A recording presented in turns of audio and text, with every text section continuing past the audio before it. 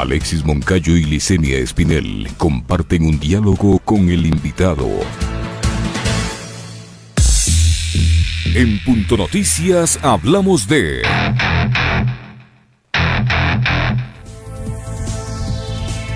El Pleno del Consejo Nacional Electoral resolvió dejar sin efecto la inscripción de los movimientos Fuerza Compromiso Social, Juntos Podemos, Libertades Pueblo y Justicia Social.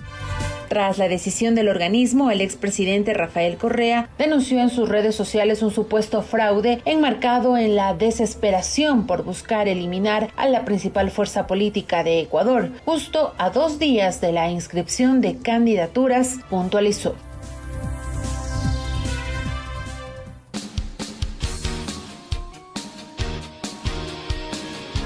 41 minutos, 8:41. Saludamos al señor Nicanor Moscoso, expresidente del Tribunal Supremo Electoral. Señor Moscoso, buenos días, bienvenido, gracias por acompañarnos en Punto Noticias a través de Pichincha Universal. Le saludamos a Alexis Moncayo y quien le habla Licenia Espinel. ¿Qué opinión le merece usted la decisión adoptada en las últimas horas por el Consejo Nacional Electoral, dando así paso a este pedido, esta exigencia que hizo en su momento la Contraloría General del Estado de desaparecer del registro electoral a 4 organizaciones políticas a horas de que comience la etapa de inscripción de las candidaturas para las elecciones generales del 2021? Bien, muy buenos días, gracias por la invitación de poder participar con ustedes y la audiencia que mantienen en el país. Sin duda estamos viviendo un momento muy triste de la democracia, un momento amargo, porque se ha roto la institucionalidad. No podía bajo ningún concepto la Contraloría General del Estado inmiscuirse en temas que son exclusivos de los organismos electorales, es decir, del Consejo Nacional Electoral y del Tribunal Contencioso Electoral. Eliminar a 4 fuerzas políticas que estaban legalmente aprobadas, que habían ya participado en elecciones, sin duda, pues, lo que hace es lesionar el proceso electoral que estamos viviendo. Sin duda alguna, eso no hay que ni siquiera ser ni partidario, ni ser observador de lo que está sucediendo, y a claras luces lo que se pretendía es coartar la posible participación del expresidente Rafael Correa y la agrupación política a la que él pertenece, que ha tenido que estar mutando de posibles movimientos. A última hora, en las últimas elecciones, se acogió a la lista número 5, y hoy, pues, si no se hubiesen ellos conformado el grupo UNES, donde está otra organización política legalmente establecida como Centro Democrático, estaríamos viviendo un instante en que no se le permitiría la participación política a una de las fuerzas y quizás la más importante del país en este momento. Economista, ¿se ha vivido alguna etapa similar, parecida a la que estamos viendo hoy los ecuatorianos en la historia? Es decir, en estos 41 años de democracia hemos un atentado precisamente a esa democracia débil, no consolidada, como lo que estamos viviendo hoy. Mire, yo, aparte de expresidente del Tribunal Electoral, presido un organismo que se llama Consejo de Expertos Electorales de Latinoamérica. Tiene aproximadamente 15 años que hacemos observaciones alrededor de 50 expresidentes de organismos electorales, y llevamos más de 100 elecciones observadas desde México hasta la Argentina. Nunca hemos visto algo parecido en nuestro país, peor en ningún otro país del continente. Lo que se acaba de hacer es un precedente nefasto. El Ecuador queda, el organismo electoral queda en ridículo, y coincide con lo que también está sucediendo precisamente en Bolivia. O sea, estamos viviendo una época de guerras que se están dando ahora, políticas en el campo jurídico electoral. O sea, se ha ido a lo jurídico y ahora estamos yendo al campo electoral. O sea, nos estamos metiendo con lo principal que tiene un país, que es la soberanía de cada uno de nosotros de elegir a nuestros mandatarios. No solo se está judicializando la política, sino que se está judicializando la democracia, doctor. Es gravísimo lo que usted acaba de decir. Es que se está judicializando el proceso electoral. O sea, mire usted, el momento en que se permite que en época de un proceso, porque estamos viviendo un proceso electoral que se inició en marzo, permitir a primera instancia que la Contraloría emita un dictamen, y además un dictamen en genérico, en el que no invita a las partes afectadas para hacer el examen, o sea, nunca invitaron a las 4 organizaciones políticas, nunca tampoco hicieron un informe en el que se decía cuáles eran las firmas que eran inadecuadas. Nunca hicieron eso, solamente fue todo en un sentido genérico, y con eso se permiten eliminar a estas organizaciones políticas. Después se permite que se llamen a las autoridades a una confesión judicial. Ahora vemos que el Ministerio de Finanzas les coarta el derecho a establecer su presupuesto. Entonces, estamos viviendo una etapa muy funesta de lo que es el proceso electoral en el Ecuador. Lamentablemente, la conformación que tiene este organismo no le permite el respaldo político necesario para tomar las acciones que debería tomar. En otras circunstancias y en cualquiera de nuestros países, el organismo electoral ya hubiese destituido al señor Contralor, porque él no puede interferir la función electoral. Miren ustedes lo funesto que se está haciendo en este tema, que el 7 de febrero tendremos elecciones de presidente, vicepresidente, los asambleístas parlamentarios andinos. ¿Qué sucedería?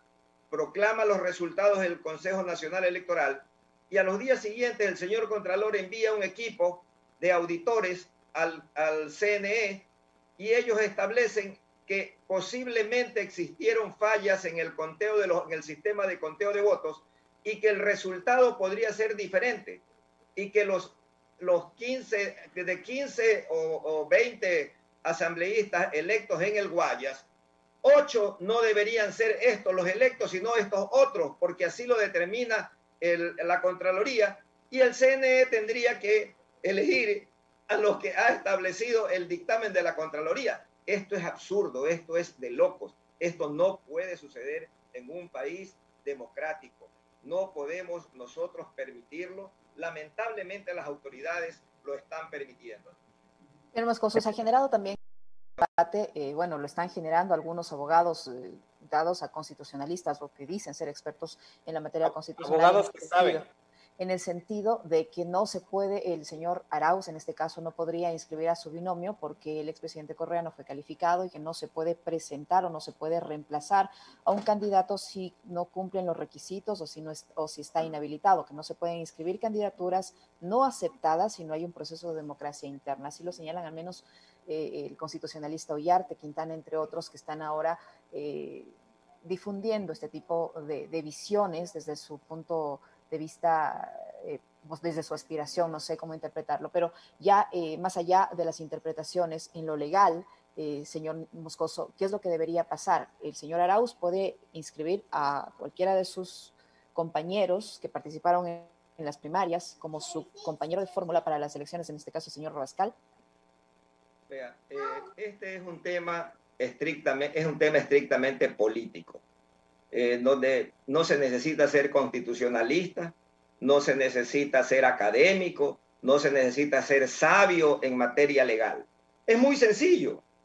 El artículo 104 del Código de la Democracia, solamente al leerlo, establece que el Consejo Nacional Electoral, una vez que reciba las inscripciones, porque todavía no ha recibido inscripciones, lo que ha visto, ni siquiera ha recibido, ha visto cómo los candidatos han aceptado formalmente su candidatura. No hay inscritos, inscritos habrán a partir del día de mañana.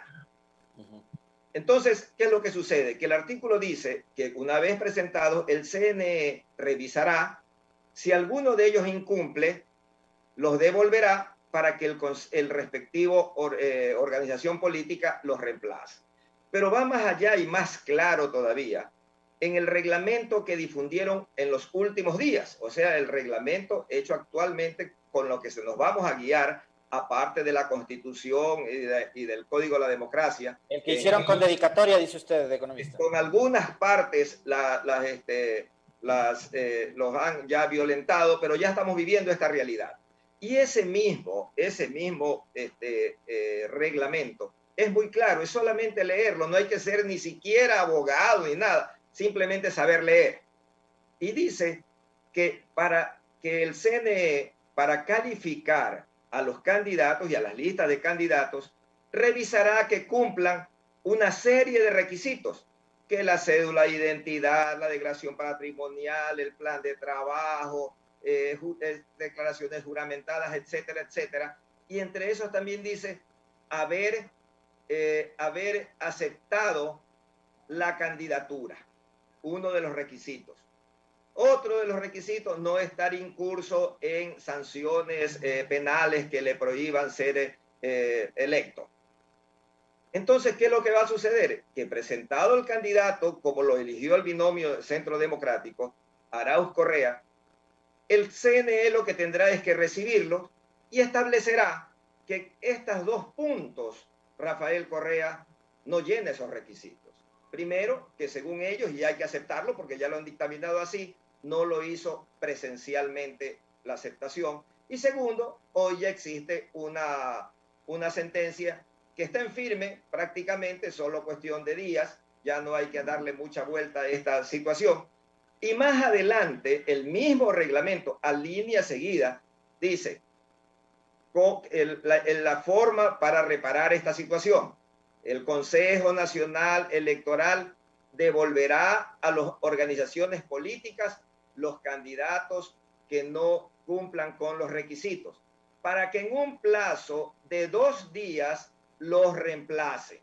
O sea que lo que tendrá que hacer el CNE es recibir el binomio y decir, el caballero Rafael Correa no cumple estos 2 puntos, señores, Centro Democrático, por favor, reemplácenlo.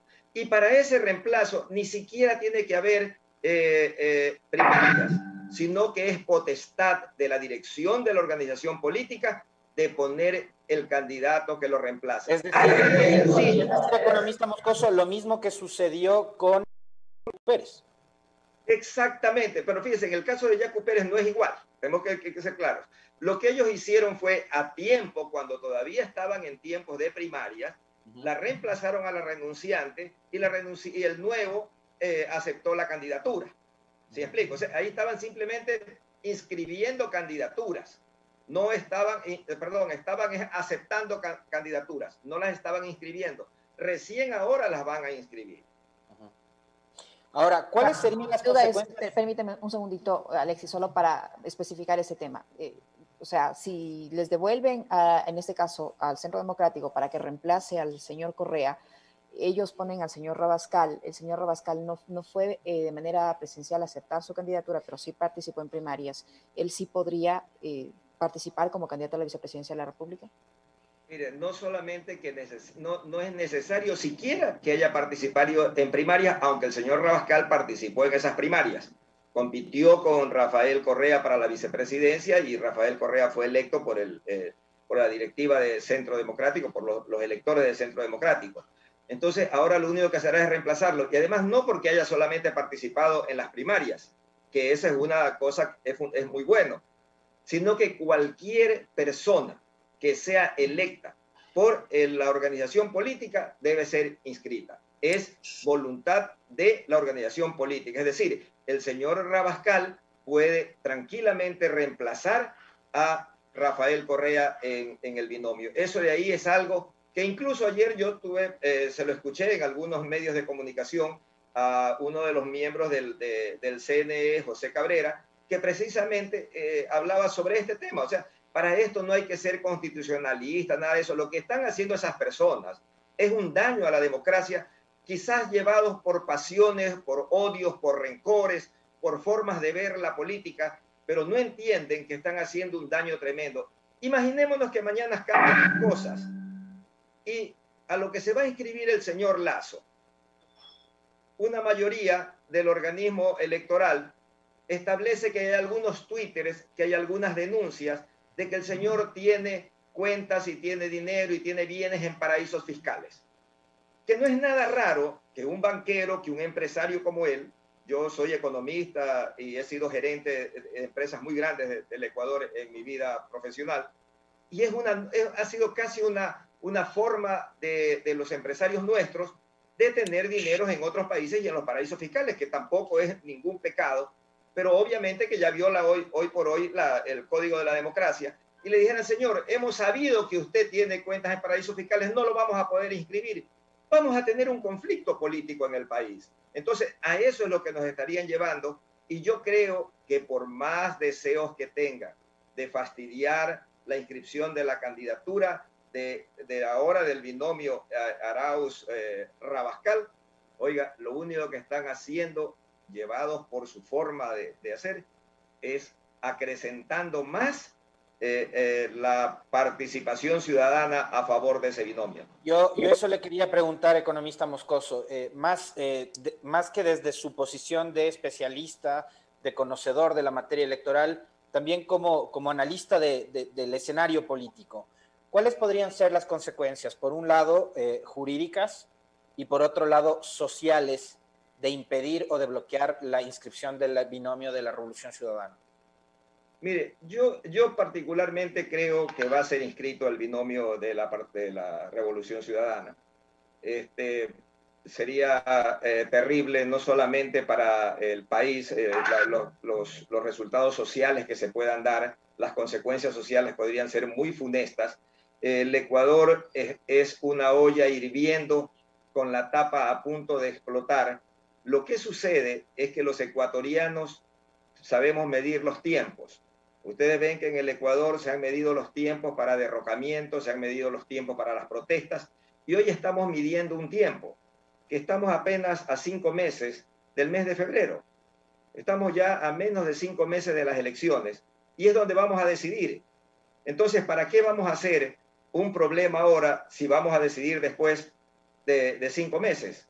Pero si es que si no nos van a permitir la decisión soberana y pacífica de expresarnos en las urnas en febrero, las consecuencias podían ser tremendas. Y quienes crean que por esa vía van a ganar las elecciones, lo único que están haciendo es un caldo de cultivo para que sus aspiraciones electorales se vean perjudicadas. Recordemos que hoy hay una mayoría en el organismo electoral que es claramente perteneciente al partido y al Partido Social Cristiano, ¿ya? Y que han sido defendidos por ellos y que se van a mantener por ellos en esa posición, y eso pues va a perjudicar mucho precisamente a esas organizaciones políticas que vemos en la calle día a día, cómo se ve deteriorada su participación electoral. Señor Moscoso, antes de terminar, porque ya se nos agota el tiempo, yo sí quisiera su análisis respecto a este problema que está enfrentando el Consejo Nacional Electoral, que tiene que convocar elecciones. Hoy va a aprobar la convocatoria de elecciones, pero no tiene un presupuesto definido, ni aprobado, ni siquiera han llegado a concretar los acuerdos con el Ministerio de Finanzas para la entrega de los recursos. ¿Qué tan peligroso podría ser esta convocatoria de elecciones sin recursos?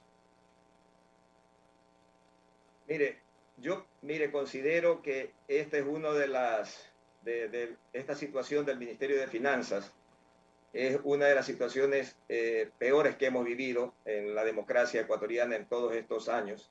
No es posible que un funcionario electo a dedo por el presidente de la República someta a un organismo como es el Consejo Nacional Electoral en época electoral. En otras circunstancias, este señor ya hubiese sido solicitado su destitución y haber sido destituido de su cargo. No es posible que hace casi 2 meses el organismo electoral le pasa la información, no la aprueban, y hace unos días le piden venga a reunirse en una mesa de trabajo para ver de dónde le reducimos, dónde aumentamos. Está bien que lo haga, pero lo debió haber hecho hace 2 meses. Y mire, para la democracia, para las elecciones, para nosotros decidir quiénes sean nuestros gobernantes, el presupuesto es lo de menos. Esto es fundamental para la vida de los países. Y mire, el presupuesto, si hace un momento soy economista, y el presupuesto lo quiero comparar con otro presupuesto de ahora poco. Las elecciones en El Salvador se van a dar en el mes de febrero, que son elecciones para alcaldes, asambleístas, ya se llaman diputados. O sea, una elección mucho más grande que la que vamos a vivir en el Ecuador. Perdón, más pequeña que la que vamos a vivir en el Ecuador. ¿Y qué es lo que sucede? Que su presupuesto es de 75 millones de dólares. En un país cuya geografía es más pequeña que la provincia del Guayas, y los habitantes son 5 millones y votan menos de 4 millones de habitantes. Nosotros tenemos 3 veces esa cantidad de votantes y tenemos un país muchísimo más grande que El Salvador y apenas estamos con un 20 o 25% más de presupuesto. O sea, esto donde podrán hilar fino es 1 millón, 2 millones, quitar de aquí, quitar de allá, decirle, ahora es tremendo. Si le dicen, por ejemplo, escuché que han dicho que la capacitación, que no gasten en capacitación, que se la den al SECAP, y el SECAP tendrá plata, pues. El SECAP no tiene ni siquiera pagados a sus empleados, no tiene profesores, tendrá que contratar también profesores. Y si no es responsabilidad de ellos, el SECAP puede decir simplemente, ¿sabe qué? No lo pude hacer.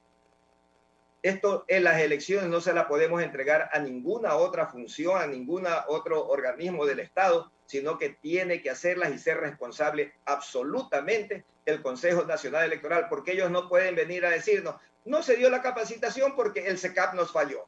No se pudieron repartir